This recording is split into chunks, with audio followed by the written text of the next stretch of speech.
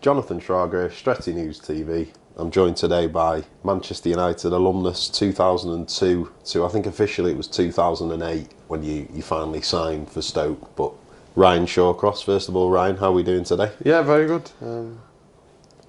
Nice to meet you. Nice to be talking to you about United.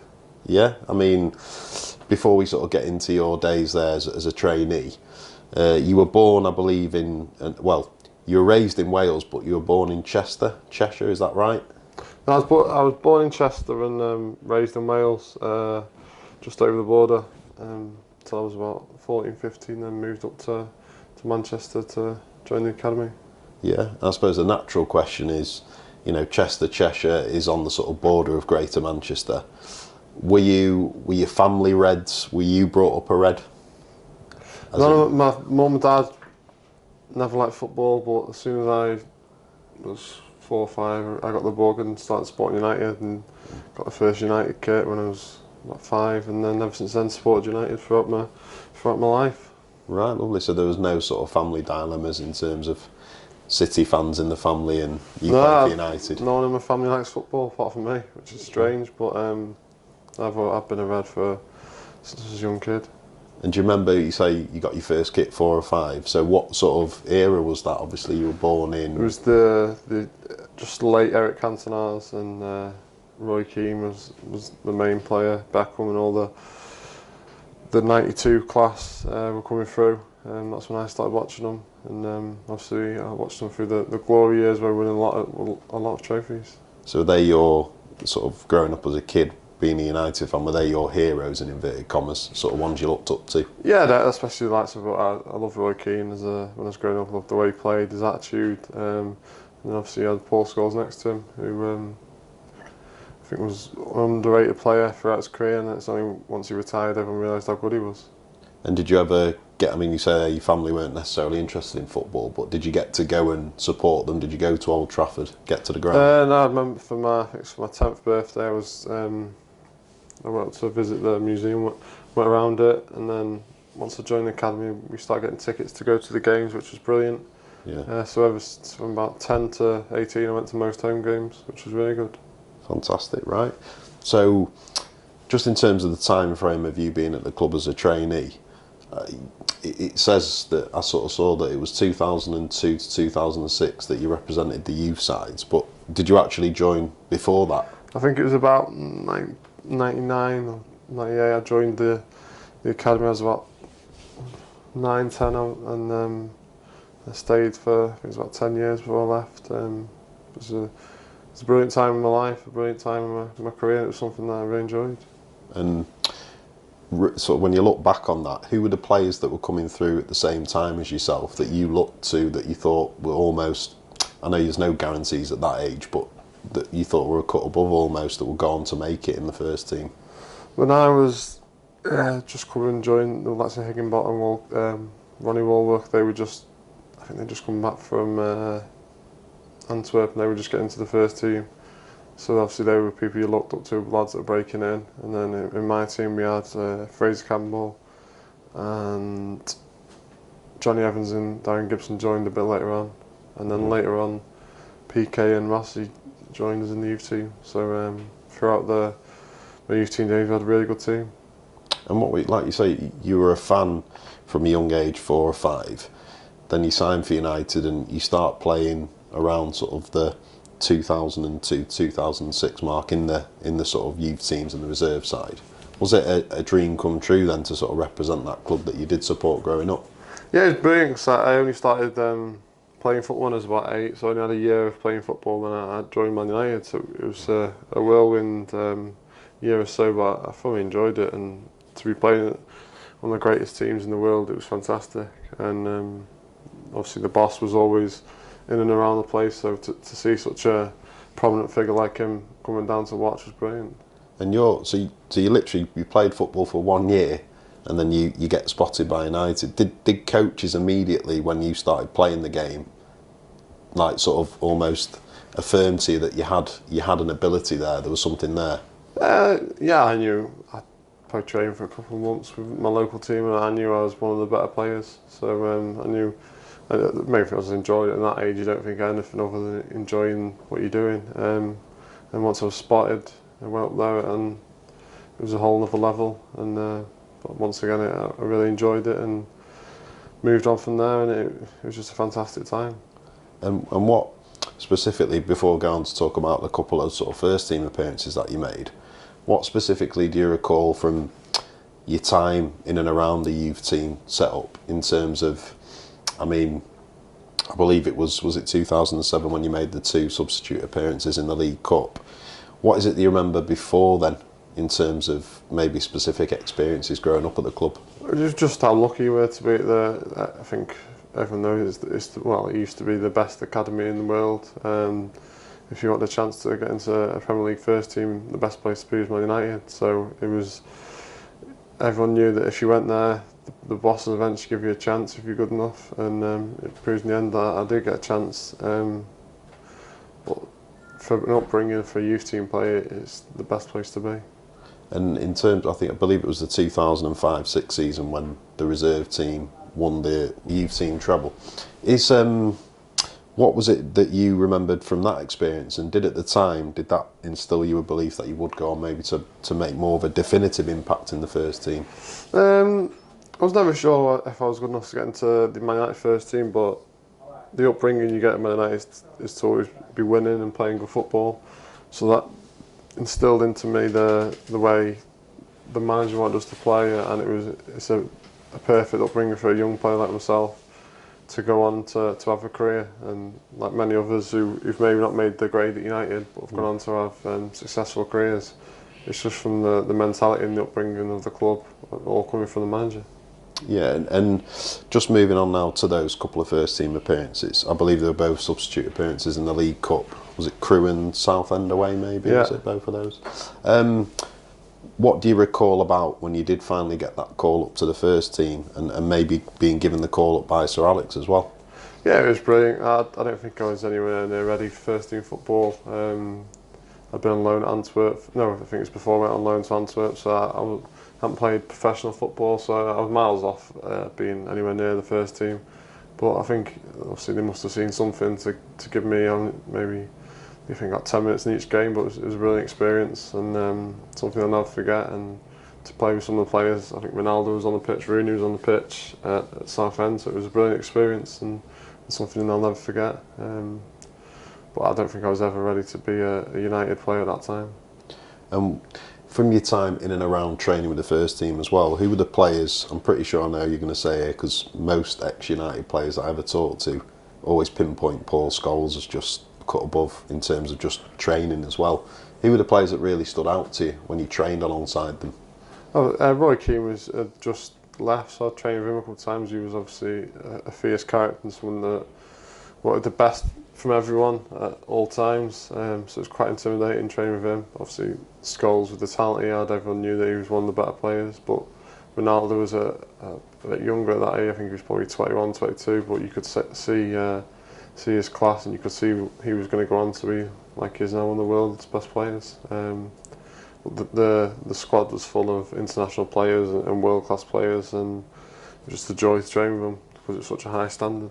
And I don't know if you saw it last night, there was a bit of an interview with Sir Alex, sort of previewing his forthcoming book, and he mentioned the story about Cristiano Ronaldo training in the rain, almost having to drag him in from the training pitch. Even at a young age, was Ronaldo a fierce trainer? Yeah, at a young age he had the physique that he's got now. He worked in the gym a lot and he wanted to improve.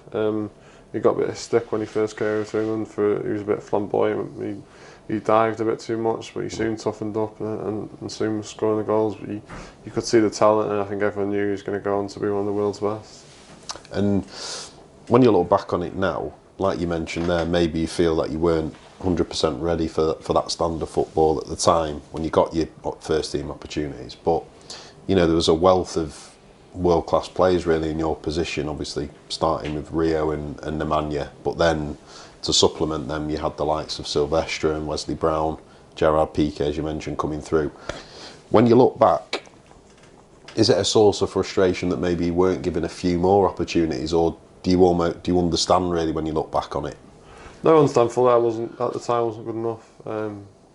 the lad in front of me was Gerard Piqué, and he's gone on to win the World Cup and the Champions League about 5 times. So I've got no grumblings about that. It was the right decision. It was the right decision for me to move. The manager didn't want me to go, but I just felt that the queue ahead of me was too big, and I was never going to get any game time which would help me to become a professional footballer. So although he wanted me to stay, it was a tough decision that I think I needed to leave to go and get some football. But I've no regrets. The lads that were ahead of me were better players.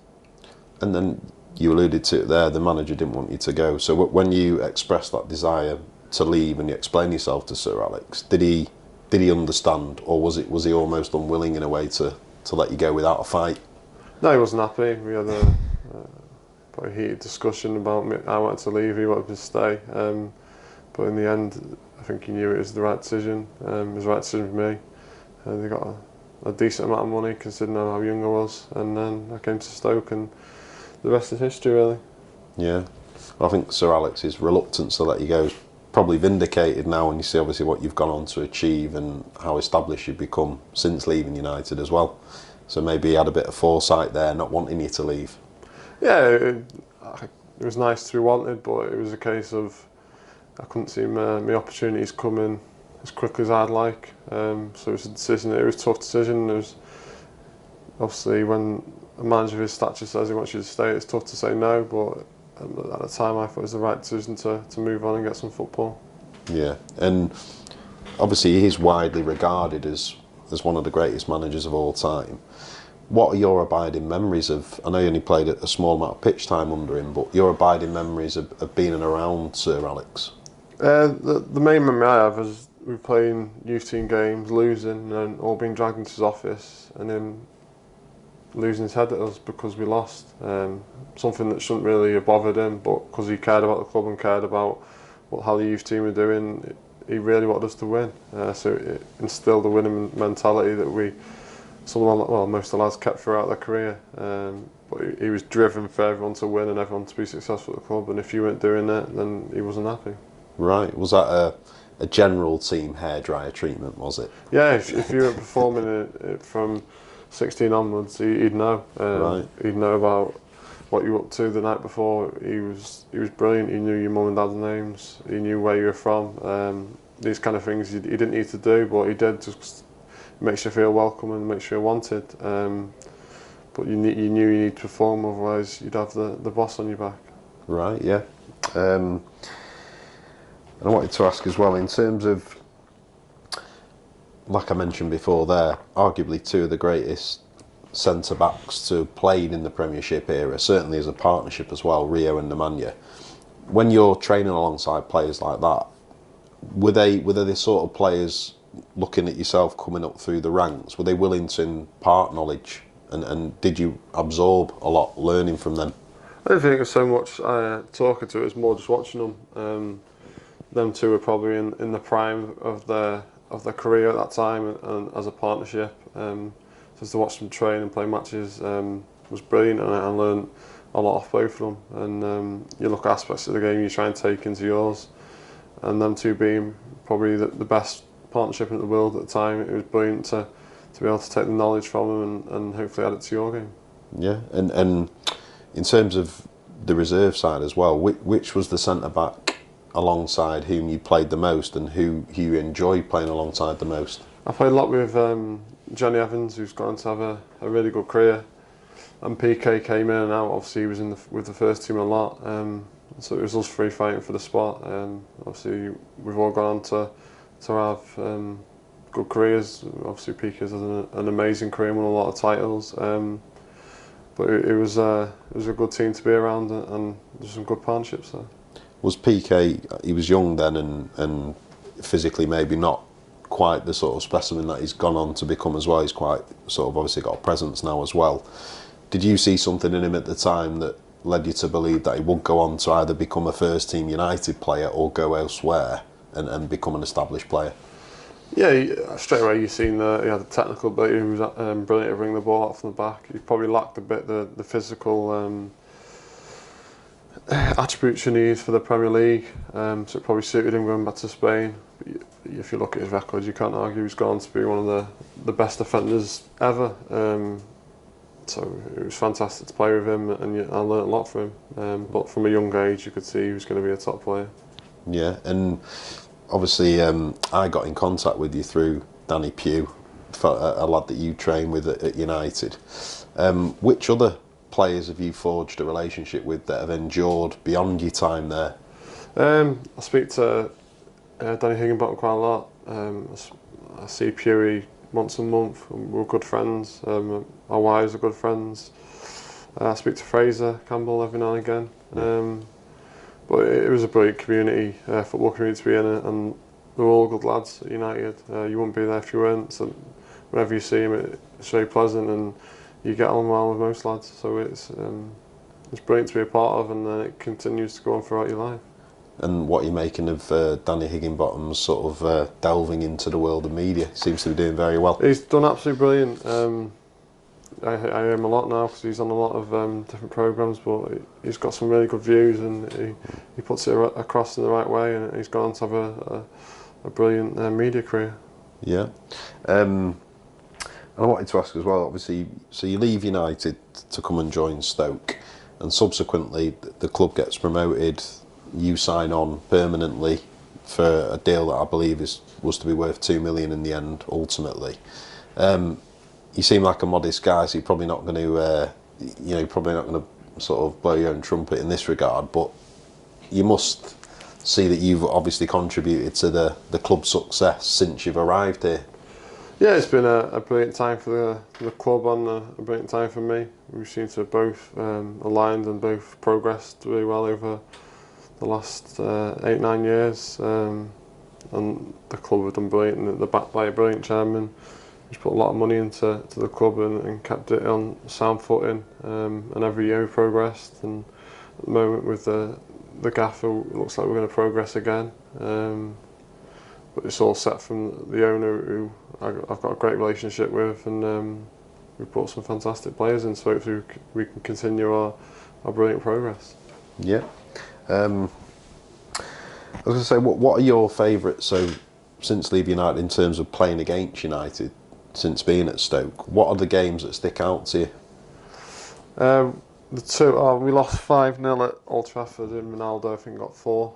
Right. That's when I first realised he's one of the world's best, one of the best footballers ever. Yeah.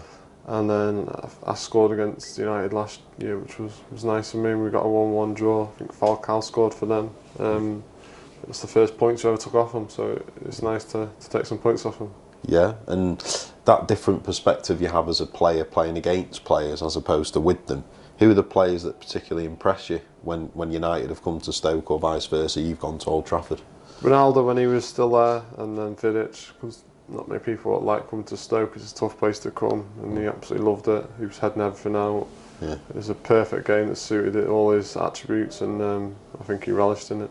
Yeah, absolutely. I read about there was the tunnel bust up in inverted commas with Robin van Persie. Yeah. What do you remember about that? And was it sensationalised by the media? No, it wasn't. I was doing an interview, and we had a bit of trouble on the pitch, and he walked past me and said something.